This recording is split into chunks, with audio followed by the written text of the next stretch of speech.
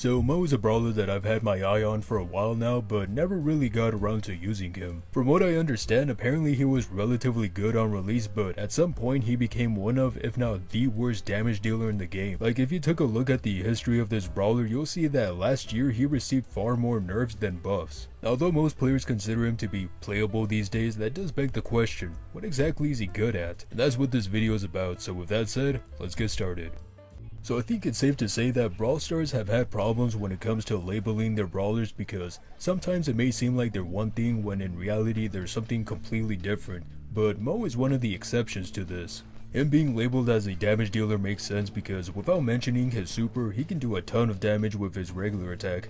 However, it's important to acknowledge that his attack is a bit janky with how the damage is dispersed. For example, if you attack a power cube box straight ahead, you'll either do 1/3 or 2/3 of your maximum damage. Now the secret to doing more damage is to attack the corner of the box while using the very end of your attack range. As you can imagine, while doing damage to a brawler isn't necessarily difficult, you shouldn't expect to deal consistent damage over time. This really comes down to the hitbox of the thing you're attacking, which varies differently with objects and brawlers. With that said, if you want to do more damage, then I recommend getting his Skipping Stone star power, which simply allows his attack to bounce one more time. I found this to be a lot more useful than his other star power, which only increases his speed when using his super.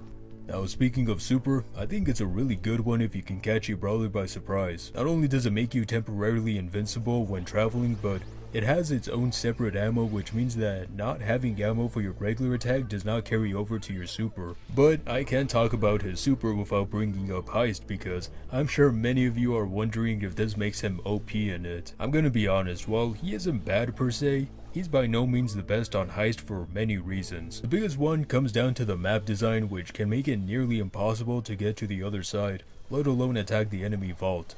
Of course, he does have his gadgets to help him out, which are actually really solid, but this problem really comes down to the map and brawlers you're facing. In my experience, his dodgy digging gadget was great for showdown since it doubled his super recharge by 50%, but his rat race gadget was better suited for Heist and gem grab for not only its boost but also the ability to destroy walls. While I'm sure both can be inter-swapped for any mode, it's just as important to focus on your skills and to make sure you know what you're doing before it's too late.